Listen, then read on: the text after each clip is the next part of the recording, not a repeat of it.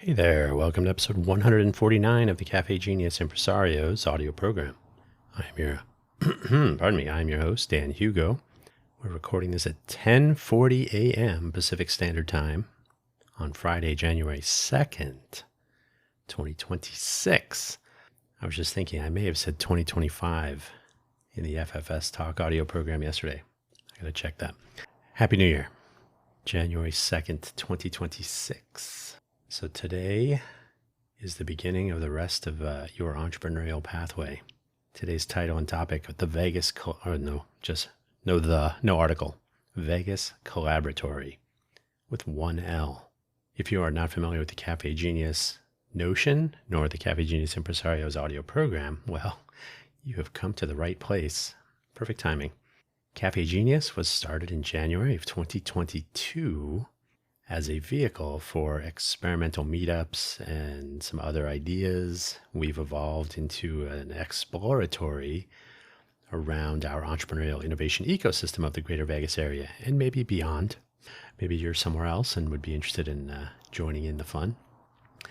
Cafe, spelled with two F's, an homage to Cafe Centro, a small coffee shop, which sadly is no longer with us in a post-pandemic era. It used to be where startups start. It was located in the South Park in San Francisco, in the city of San Francisco, pretty much across the street from the ballpark, the now Oracle ballpark, Pac-Bell, AT&T ballpark, whatever your memory recalls. It was, but it was an enclosed park, so you couldn't see the South Park. So you couldn't see the ballpark, but for the trees, the grass, the picnic benches, and then there were some buildings. I think there was some housing. It's where Jack Dorsey was working on Twitter. They have other claims to fame that might be better, but certainly infamous for that. So Cafe Centro, and then Genius for Genius Lunches, which were ad hoc gatherings we used to hold during the downtown project days. Not driven by me, but certainly attended by me if I was in town. It was a great way for people working on their entrepreneurial endeavors in or near, adjacent to the downtown project, to get together and catch up, sync up, get the gossip, figure out what's going on, what's up, what's down, et cetera, et cetera. Totally ad hoc, in for lunch, back to work kind of thing. So, an hour, 90 minutes or so. They were always good times. They were always fruitful. They were worth the effort if one had the time at that particular, there was no schedule. It was just whenever. And I was not even a part of the downtown project, but I was doing interesting things, and that's maybe sometimes the qualification. So Cafe Genius is named for Cafe Centro and Genius Lunch. Put those together. I needed a name, and those came to mind. They definitely lean into entrepreneurialism. And then the Cafe Genius Impresarios audio program, Impresarios spelled with two S's, which is a correct though less common spelling. Well, impresarios are doing the things. They're doing the cool stuff. They're making it happen. They're pursuing what they want to pursue, and we should talk about it, which I always do. Usually I am the impresario. We have had guests, but booking guests in Vegas is not as fun as you might imagine. I see people that do... They do have guest podcasts. They're usually focused on entertaining or a particular vertical.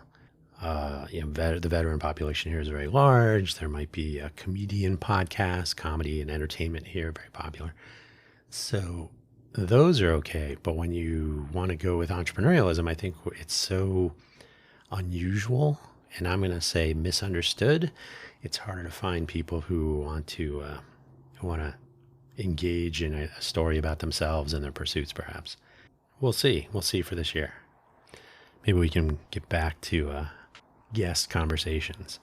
So with that in mind, hopefully wherever you found this audio program, you're able to locate the episode description, which contains the show notes, including a brief summary of one sentence that I will read to you. And then no links for today's episode other than the usual two.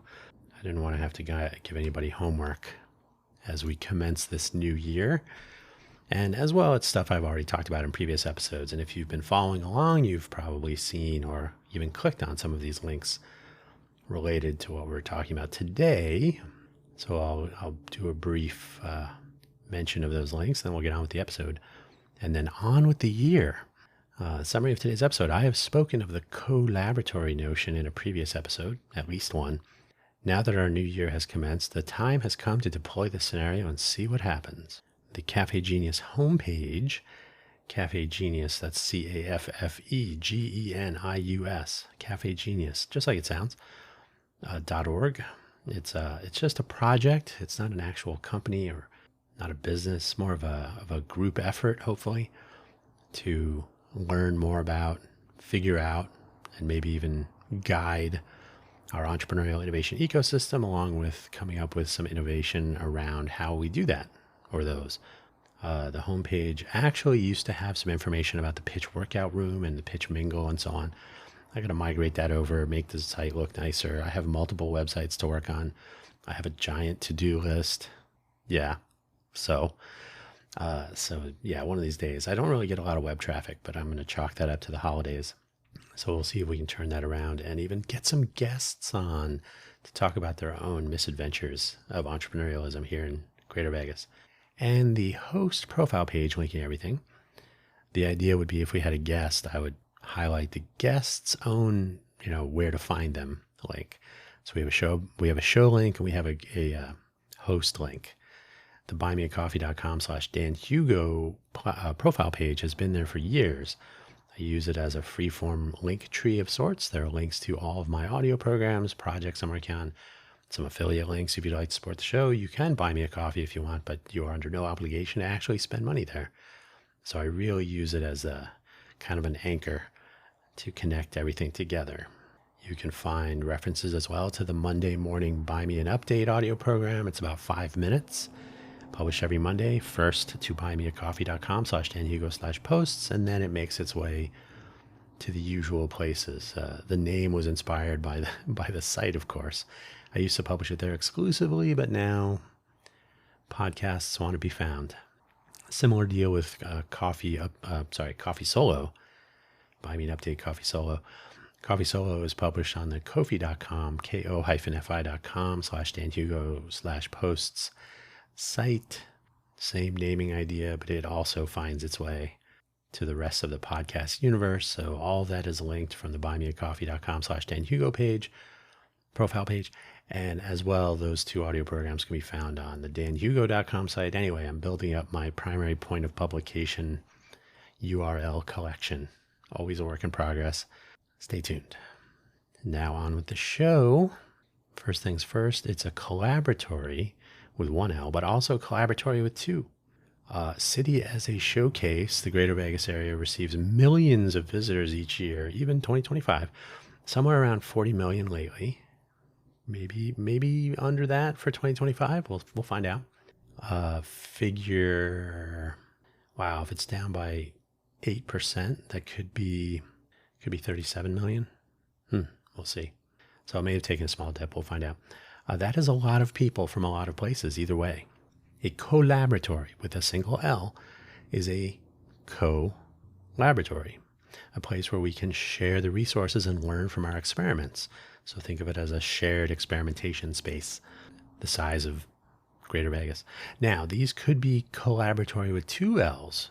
With two L's, don't forget, Colaboratory with two L's is about working together, sharing.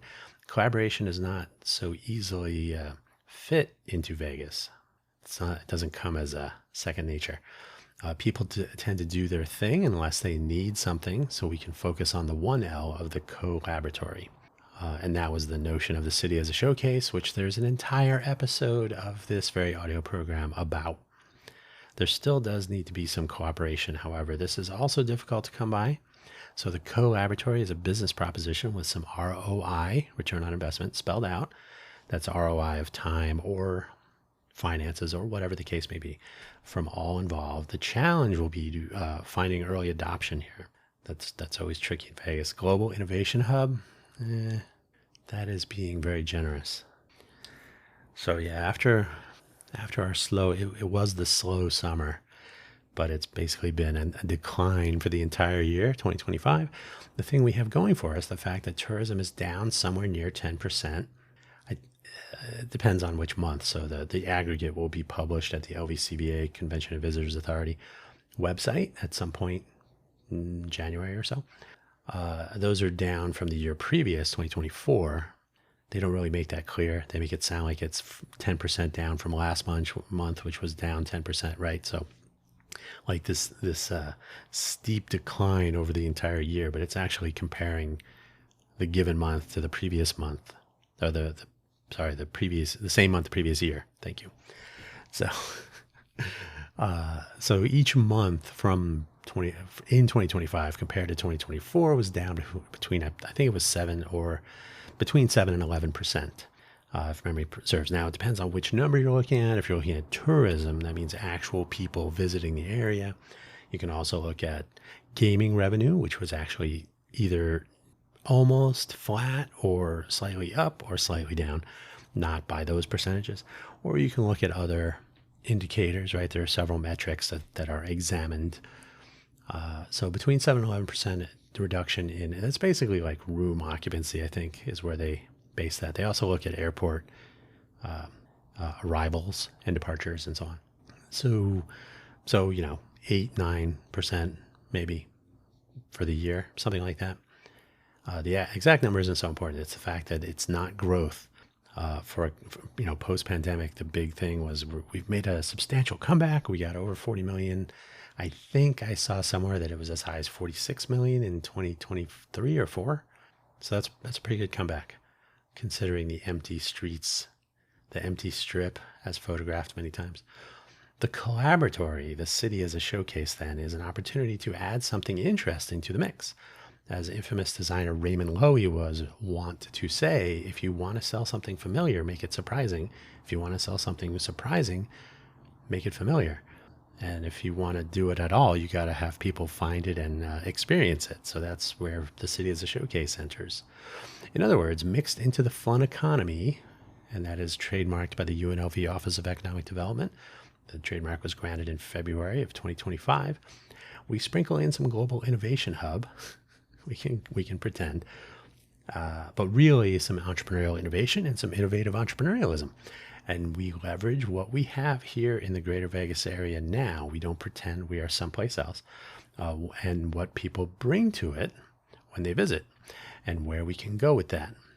So we don't have to have the fantasy of believing greater Vegas is another different place. We are not the next Silicon Valley. We are not Hollywood 2.0. We could be a better Vegas if we actually pay attention. We could be an innovation destination. I've spoken of this many times now, and in fact, I had this conversation with UNLV and the GoEd in, I'm going to say like 2014, 15, somewhere in there. I also spoke about the city as a showcase with the LVGEA. That was my mistake. I should have spoken to the LVCVA. Maybe we'll have that conversation after so many years. So I've spoken of this a few times. Now is certainly a time to revisit this notion of an innovation destination here in Vegas, rather than the notion of an innovation hub. The actual word selection doesn't actually matter, or does it? Do people believe a global innovation hub is really the next Silicon Valley, with a shift in local economic focus, gentrification, and the inevitable diminishing of the fun economy, trademarked, as those who make it possible are priced out of even being here? With something like 150,000 hotel rooms, according to the LVCVA, the Convention and Visitors Authority website, the research tab, it's right there on the homepage of that section. So it's just slightly over 150,000. It used to be as high as 155,000, but these things happen. And a fraction of the assets and resources available in the real Silicon Valley. Greater Vegas is about visiting, connecting, collaborating, and returning home. We have many more hotel rooms than we have innovation spaces, entrepreneurial spaces, etc. Greater Vegas is about visiting, so we should keep that in mind. And sure, today the connection that people make is maybe more on a personal or even a physical level. When they're in town for the weekend, collaborating might revolve around wagering. Making sure you're betting correctly or you're playing correctly at a blackjack table, for example. But if those could also include innovation sprints, initiative discussions across remote teams that are in town together, prototyping the parts of distributed teams that can be accomplished when brought together at scale, Think dozens, think hundreds, maybe even thousands of people. We have 150,000 hotel rooms. Sometimes a lot of them are empty lately. And maybe including third-party vendors, maybe bringing all of your supply chain together, at least one or two people from each leg of that link of that chain, leg of the table. You get the idea. We have the rooms, we have the meeting spaces, we have the family-friendly entertainment. Bring your friends, bring your family, bring everybody. Come on out and spend a week. We have the internet connectivity. We have the early beginnings of an innovation resource collection. Think maker spaces, but real maker spaces as one example, and there should be others. The tech park for UNLV is one potential resource platform. You could rent those out. The the alleged innovation hub that will be built someday near there along the 215 might be something. I think it's going to be coffee shops though, so we'll see. But we don't have the space for gentrification. That's we shouldn't be even thinking in that direction. Greater Vegas is already a destination when it comes to that fun economy, trademarked. It is a known quantity for the most part. I used to travel quite a bit for Intel when I was working for Intel Corporation. When I would say I'm from Vegas, there was no one in the room who would say, "What's that?" "Oh, the one in New Mexico?" No, everybody knows where Vegas is. Slight exception possible in China where they may be thinking of Macau, but that's still a Chinese population visiting Vegas is non-trivial. People do know about Vegas everywhere. Leaning into this to bring innovation to Vegas for innovation's sake, keeping those rooms filled, keep the fun economy, trademarked, moving, and keep the people who make the fun economy real, keep them employed, and build up this part of the diverse economy without displacing them with accelerated, even explosive cost of living increases. We are almost there already lately. Dumping fuel on that fire by drawing 6- and 7-digit salaries of tech to town is a crazy proposition. I lived in Silicon Valley from 1993 to 2001, and then I moved back in 2005 to 2013 because I'm dumb. But I watched it and I lived it. To have every aspect of life increase on almost a monotonic graph or plot, I should say, is frustrating. It's not essential. We don't have to be an extraction economy all the time. Let's talk about tools and methods real quick. LinkedIn is bad. I've said that before. If there is a better example of impoopification, I'm being clean there. It's a book by Cory Doctorow. You'll find it. Cory, Cory, Doctorow. You'll find it. I've talked about it before. So impoopification on the internet, so if there's a better example in the social network space, I can't think of one. And keep in mind, Facebook, Instagram, YouTube, TikTok, that whole ilk, these are now social media sites. Don't confuse them with social networking. And in fact, LinkedIn is becoming a social media site. It's the Instagram of LinkedIn. For better or worse, it's garbage driven by AI. The value of LinkedIn may be found in the social graph. That is, who do you know and who do they know, and so on. And it'd be nice if we could visualize that. LinkedIn has made it more difficult to get that information extracted, but it can be done. But even that has been obscured on LinkedIn side. They really want you to stay on the website and not derive your own utility. It's part of the impoopification process. To treat LinkedIn as a primary information sharing platform in Greater Vegas area continues to be a bad idea, in my opinion. If we want to be innovative, we can and must do better here, and that means being innovative in the way we share information with people in our locality. We can do better. Local news is bad. Well, it's fine if you want crime and more crime on the front page of their websites and so on, with stories about economy mostly going to gaming, and then maybe someone hits a jackpot or monthly gaming revenue increase or decrease, or when a new residency is signed or canceled on the strip, and fun economy, trademark. Stories of innovation mostly left off the table. When was the last time you read about somebody inventing something or a startup? Restaurants accepted. Restaurants do get some press here. There was an entire global entrepreneur week in Las Vegas in November during Formula One. Guess which one got 100% of the news coverage? The other one barely got a mention. That's the way things are. As I've described in episode 85, if you must know, innovation can be front page news. It was in Silicon Valley before the internet rose to prominence, in fact. That could be true here with no loss of printed page column inches. Who really reads a printed paper anymore? It's all online. So you're not losing anything by publishing more information about our startup scene. If I don't like that term, I've said that before. Surprise people, let them know there is something other than the fun economy, trademarked, here in the greater Vegas area, and that education is itself getting educated. Things could get better, maybe, who knows? We should be talking about it. If you want an example, let me pull up my usual. I visit the same page consistently just to see a trend. I do glance at our various news outlets, but let's look at the 8 News Now website homepage, 8newsnow.com.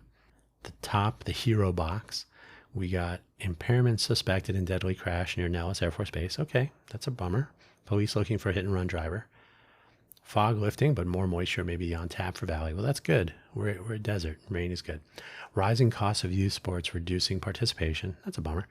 2 VGK, Vegas Golden Knights, players on roster for 2026 U.S. Olympic team.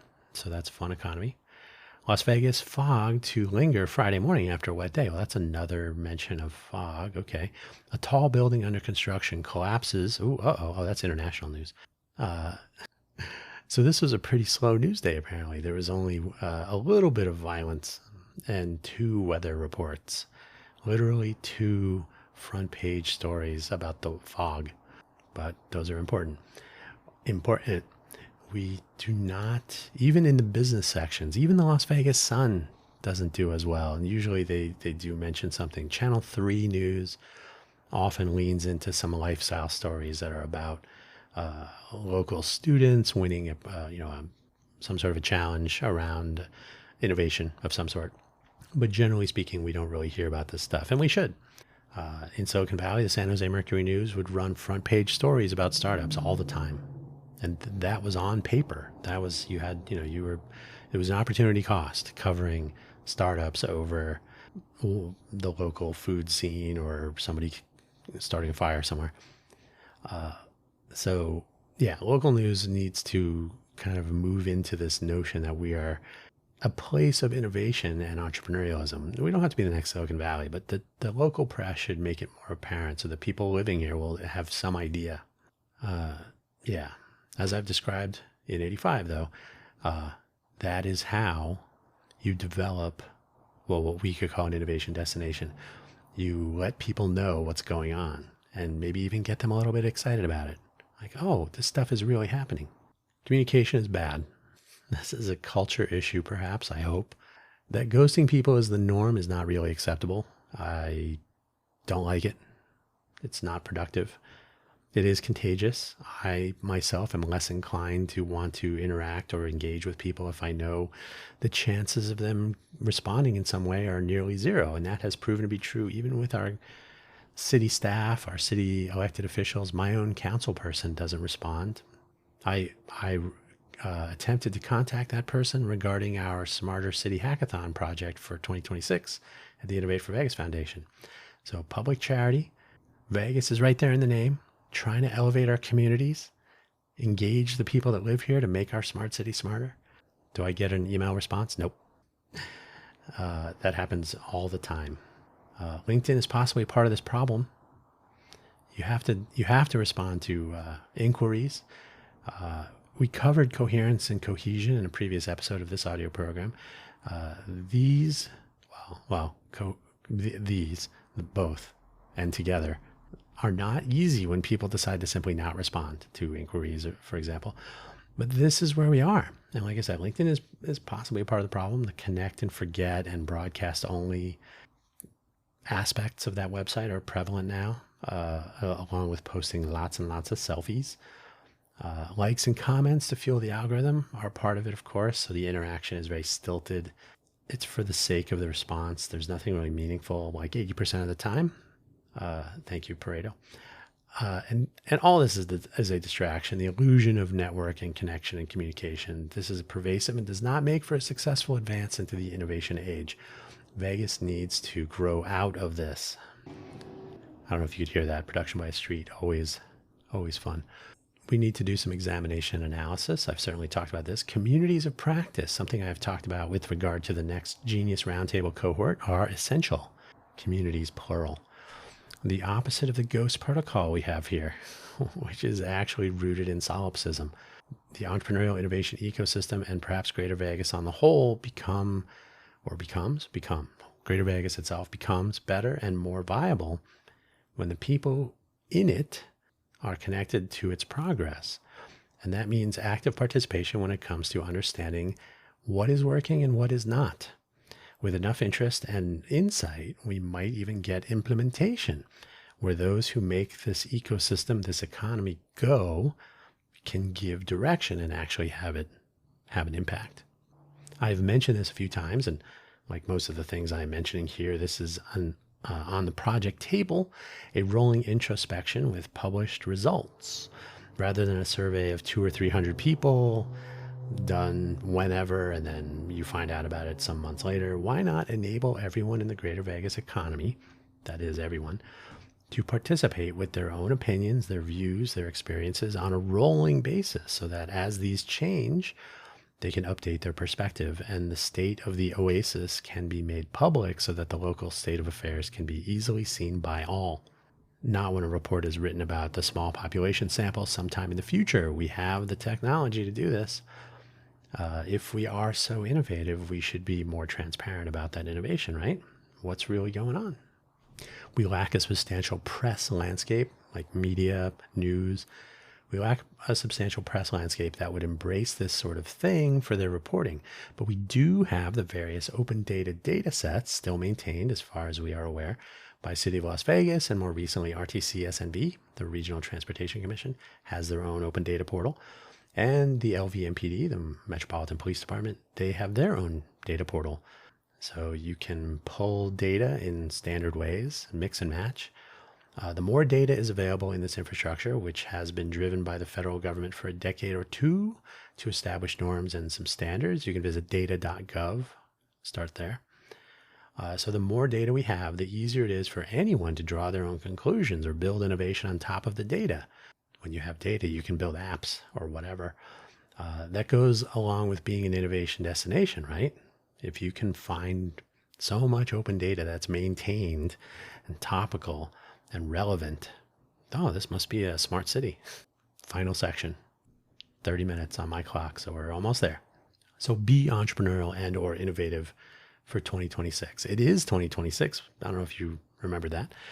If not before, maybe this is the year you turn that entrepreneurial aspiration into action. Maybe pursue that innovation to implementation. Don't just talk about it. It doesn't happen by itself.